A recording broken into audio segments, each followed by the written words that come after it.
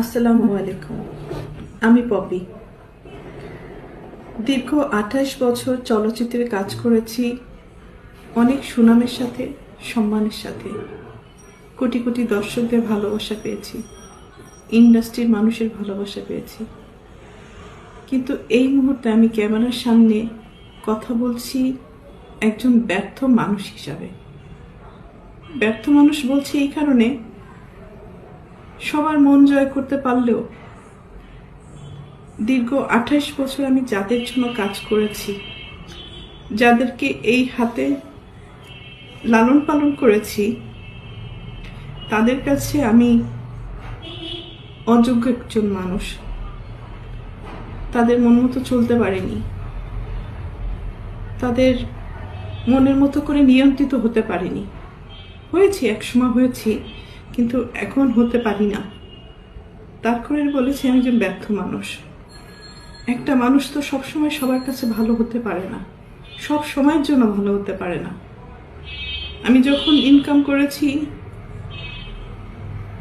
দু হাতে দিতে পেরেছি, লুটাতে পেরেছি, তখন আমি আমার পরিবারের কাছে অনেক প্রিয় একজন মানুষ ছিলাম। এখন দিতে পারি না, হয়তো তাদের প্রয়োজন অনুযায়ী, যার কারণে আমি এখন তাদের কাছে গলার কাটা, শত্রু এবং অপছন্দের একজন মানুষ। দীর্ঘ 2 দিন যাবৎ আমি আসলে দেখলাম যে আমার পরিবার কতটা নিচে নামতে পারে, কতটা হীন পরিচয় দিতে পারে, কত হিংস্র ব্যবহার করতে পারে, কত নোংরা শব্দ ইউজ করতে পারে। সাথে আমার মিডিয়া, তারাও আমার একসময় চলার পথের সঙ্গী হিসাবে কাজ করেছে। মিডিয়ার কাছ থেকে সবসময় আমি সহযোগিতা পেয়েছি, ভালোবাসা পেয়েছি, সাপোর্ট পেয়েছি। কিন্তু আমার পরিবারের কয়েকটা মানুষের মিথ্যা কিছু কথাবার্তা, মিথ্যা অভিনয়, মিথ্যা নাটক, মিথ্যা অভিযোগ বলার সাথে সাথে যে মানুষগুলো আমাকে সব থেকে বেশি চেনার কথা, জানার কথা, সাপোর্ট করার কথা, সেই মানুষগুলো ওই মানুষগুলো আমার পরিবারের মানুষগুলোর কথা অনুযায়ী আমাকে ভুলভাবে আমার দর্শকদের কাছে বলেন, বাংলাদেশের মানুষের কাছে খুব বাজেভাবে উপস্থাপন করেছে। তো এর থেকে দুঃখজনক আর কিছুই হতে পারে না। যাদের জন্য কাজ করেছে আজকে তারা কেউই আমার না। এই জন্য হয়তো আল্লাহ বলে, যার যার জীবন হিজ হিজ হুজ হুজ, কিয়ামতের মাথায় কেউ কাউকে চিনবে না। তো একটা মেন পয়েন্টে আসি। আজকে যে অভিযোগগুলো আমার মা আর বোন করছে, খুব স্ট্রংলি আমি প্রতিবাদ করলাম। এর পুরোটাই মিথ্যে, বানোয়াট, এবং তাদের স্বার্থ উদ্ধার হয়নি বলে আজকে সত্য একটা জিনিসকে অসত্য বলে প্রমাণিত করার চেষ্টা করছে। আমি একজন শিল্পী মানুষ, আমি কি ভূমিদস্যু? আজকে যাদেরকে আমি এই 2 হাতে ছোটবেলার থেকে লালন পালন করেছি, যাদেরকে আমি মানুষ করেছি, আমার জীবনের অনেকগুলো সময়, সুন্দর একটা সময়, প্রতিটা মানুষের একটা সুন্দর সময় থাকে নিজের জীবন উপভোগ করার সময়। সেই সময়টা আমি তাদের জন্য ব্যয় করেছি, তাদের পিছনে ব্যয় করেছি, তাদেরকে মানুষ করার জন্য।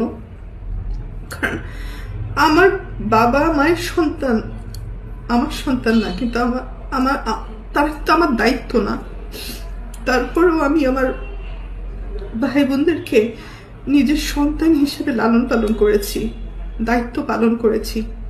নিজের ভবিষ্যৎ, নিজের ভালো লাগা, মন্দ লাগা, অনেক কিছুই বাদ দিয়ে দিয়েছি শুধু আমার ভাই বোনদেরকে মানুষ করার জন্য।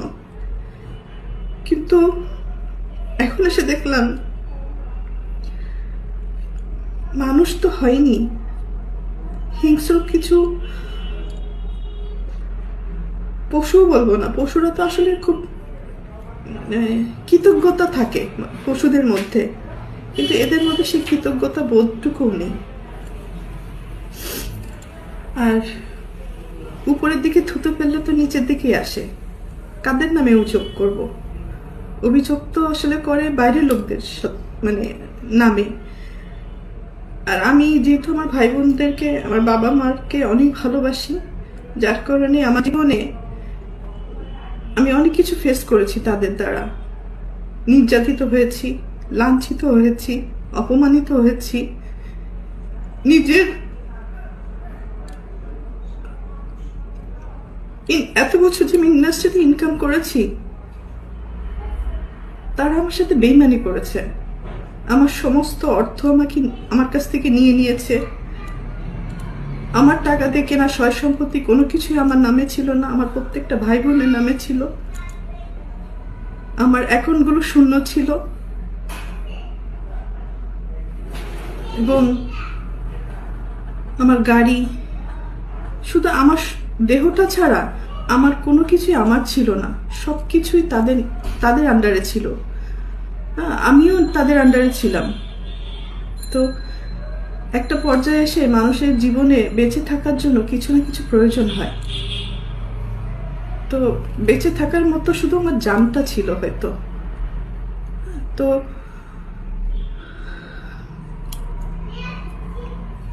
একটা পর্যায়ে এসে যখন আমি জানতে পারলাম আমার পরিবারই আমার সাথে বেইমানি করেছে, আমাকে ঠকিয়েছে, আমার সবকিছু কেড়ে নিয়েছে, এগুলো জানার পরে আমি চুপ ছিলাম।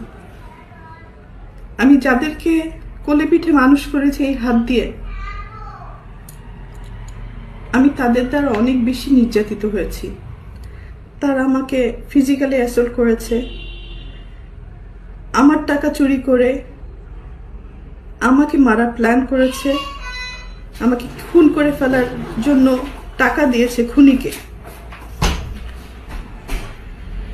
আমার আপন ভাই এটার সাথে জড়িত, আপন বোন জড়িত, আর একটা সামির নামে একটা ছেলেকে পালক নিয়েছিলেন। তারপরও আমি অ্যাকসেপ্ট করেছিলাম যে ঠিক আছে, একটা মানুষ তো, একটা বাচ্চাকে লালন পালনের দায়িত্ব নিয়েছিলাম। তো পরবর্তীতে দেখলাম এটা যখন হাতে পায়ে বড় হয়ে গেছে, তখন ওই হাত দিয়েই আবার আমাকে আঘাত করেছে। অনেক সময় এইগুলো কিন্তু আমার মুখের কথা না, এটা সত্য ঘটনা। এটা থানায় জিডি হয়েছে, মামলা হয়েছে এবং তাদেরকে আটক করা হয়েছিল এই ক্রাইম করার জন্য। পরবর্তীতে আমি তাদেরকে মাফ করে দিয়েছি, কারণ আমার ভাই বোন তো, ভুল হইতেই পারে। সন্তান হিসেবে মাফ করে দিয়েছিলাম। পরবর্তীতে দেখি যে এগুলো বাড়তেই আছে। এবং আমার মা তো আসলে অনেক বড় একটা শব্দ, কিন্তু পৃথিবীতে সব মা না, ভালো মাও আছে, খারাপ মাও আছে। দুর্ভাগ্যবশত আমার মাটা হয়তো আমাকে সেই পরিমাণ ভালোবাসতে পারেনি, কারণ আমি আমার মার কাছে, পরিবারের কাছে সবসময় সোনার ডিম পার একটা হাঁস ছিলাম, মানে দুধ দিয়ে একটা গরু ছিলাম, টাকা ছাপানোর মেশিন ছিলাম।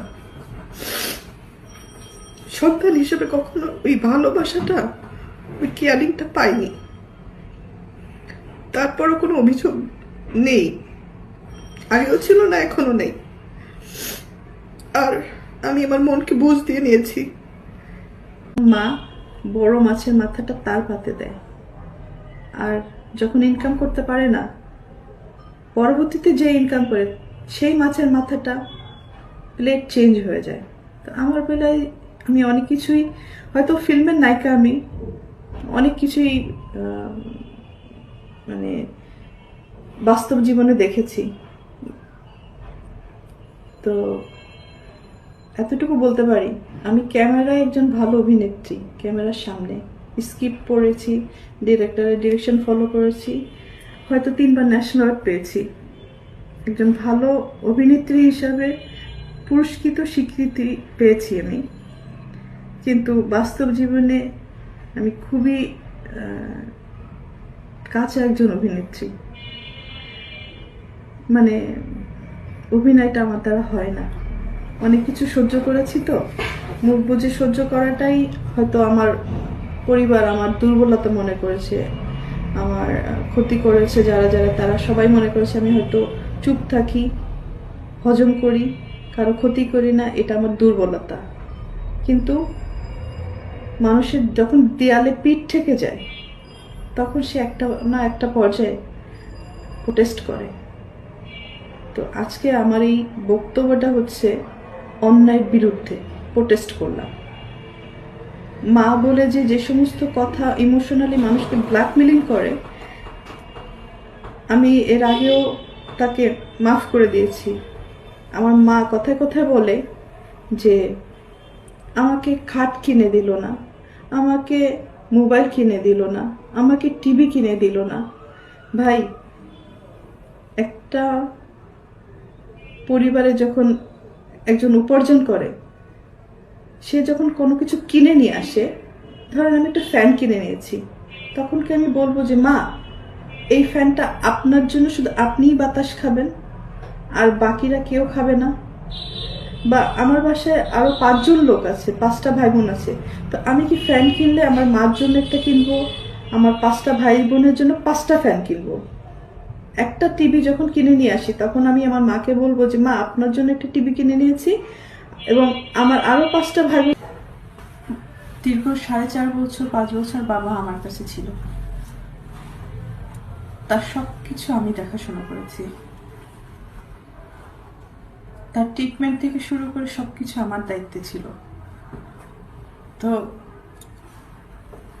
অনেকবার সে হসপিটালে গেছে, অনেকবার সুস্থ হয়ে বাসায় ফিরেছে। তো এই সম্পত্তির কারণে অনেক বড় বড় ঘটনা আমার সাথে হয়েছে, শেষের দিকে আব্বুর সাথে হয়েছে। মানে বাবা যখন হসপিটালে ছিল, মানে তার ট্রিটমেন্টের সমস্ত টাকা পয়সা আমার টাকা। আমার এফডিআর ভেঙে আমি 1 কোটি টাকা কম হবে না, বেশি হবে, মানে যদি এটা বলতে হয়। আমি তার পিছনে আমার এফডিআর ভেঙে পেমেন্ট করেছি, সেই রিসিট বলেন, প্রমাণ বলেন, সব আমার কাছে আছে। স্টেট ব্যাংকে স্টেটমেন্ট উঠালে তো পাওয়া যাবে, এবং আপনারা হসপিটালে খোঁজ নিলেই পাবেন। অথচ যার সম্পত্তি নিয়ে এত নোংরা কথাবার্তা হচ্ছে, দখলদারি নিয়ে এত কথাবার্তা হচ্ছে, তারা কিন্তু একটা টাকাও খরচ করেনি আমার বাবার অসুখের সময়। যেই মারা গেল, সেই তার সম্পত্তি নিয়ে ভাগাভাগি করছে, ব্লেম দিচ্ছে, নোংরামি করছে, দখল বুঝে নিচ্ছে।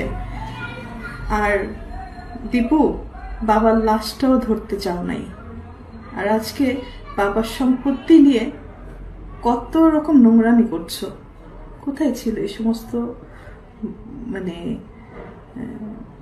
তখন একবার চিন্তা করা উচিত ছিল, যার সম্পত্তি নিয়ে তুমি লাফালাফি করছো, ভোগ দখল করার চেষ্টা করছো, সেই লোকটাকে সারা জীবন গালি দিছো, তার সাথে দুর্ব্যবহার করছো, তার চেহারাও দেখো নাই।